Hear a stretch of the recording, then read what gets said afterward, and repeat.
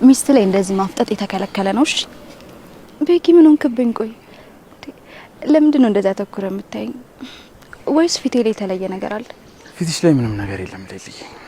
እንዴ ወድንገት ሳይሽ ልቤ ውስጥ ያለውን ነገር ልነግርሽ አሰብኩ። ሌሊዬ ካንቺ ጋር ስሆን በጣም ሰላም ይሰማኛል። በጣም ነው ማፈቅርሽ። ደግሞ በህይወቴ ዘመን ሁሉ ስመኛት የነበረች አይነት ሴት ነሽ። እኔም በጣም ወዳለሁ ቤኪ። ይሄንን ሁሉ ጊዜም ቢሆን አውቅሽ። ግን ደግሞ ዛሬ ምን ተገኝቶ ነው እንደዚህ እንደገጣሚ ሆንኩ? ገጣሚ ብቻ አይደለም እኔ ባልሽ የብዙ ነገር አዋቂ ነኝ። ደግሞ ይሄን ተሰጥቶኝ እንዳወጣ ያረግሽው አንቺ ብቻ ነሽ። ውዬኔ ቤኪ አሁንም እኮ እንደዛው ቀብራራ ነህ። እኔ ለማስደሰት ብለህ ነው እንጂ አሁንም ቢሆን እኔ ማቀው ያው ቀብራራው ቤኪ ነህ።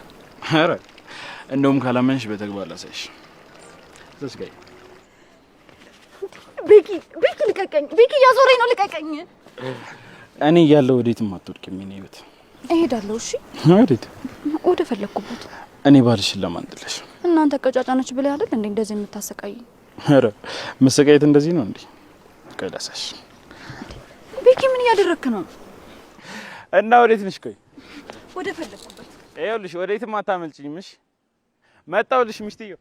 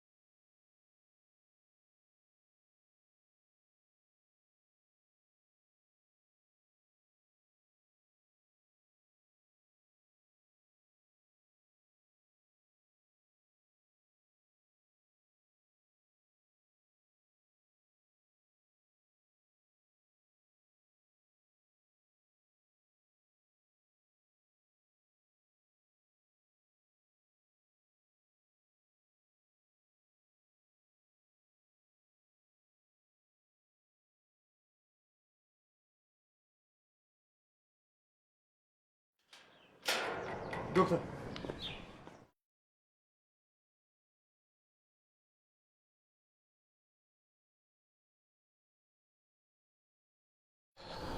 ዴቭ ምን ትሰራለህ? ዶክተር ከላይ ሆኜ እያየሁ ነበር።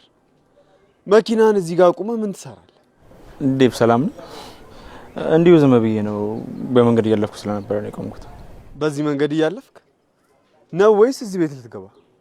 ዶክተር ከላይ ሆኜ እያየሁ ነበር። በሩን ከፍተህ እዚህ ቤት ልትገባ ነበር፣ ግን ደግሞ ተመልሰህ ዘጋኸው። ቆይ ምን ትሰራለህ?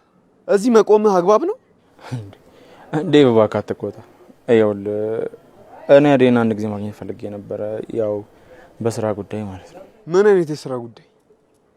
ዶክተር አደይ እኮ ሆስፒታል ውስጥ አትሰራም አይደል? ወይስ ለመቀራረብ ብለህ እያደረግክ ነው? ትሰማኛለህ?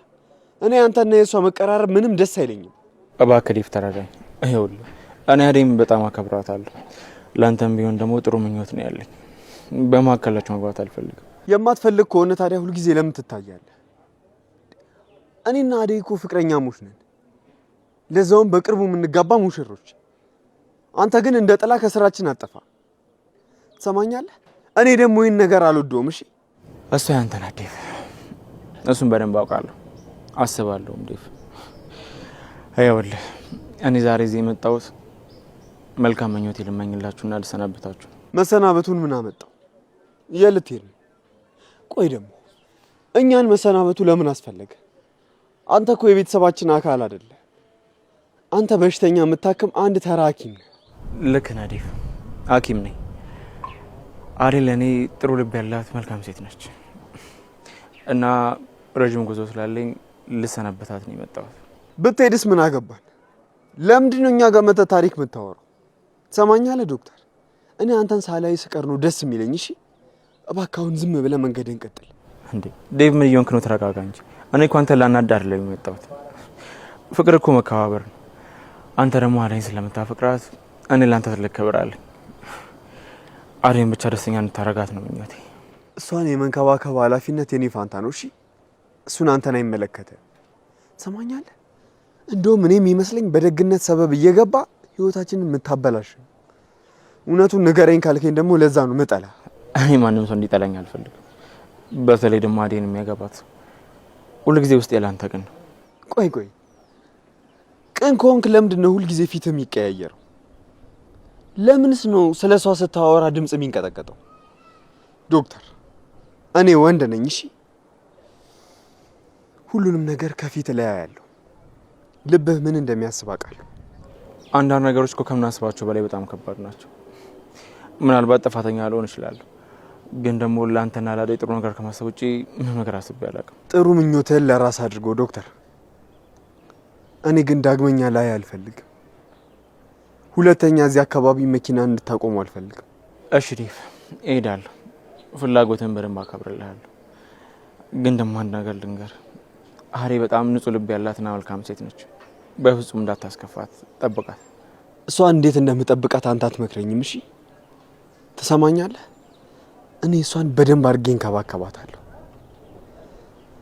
አንተ ግን የራስ ያልሆነውን ነገር አትመኝ። እውነት ነው ዴቭ፣ ያንተ ያልሆነ ነገር አለመመኘት በጣም ትልቅ ጥበብ ነው።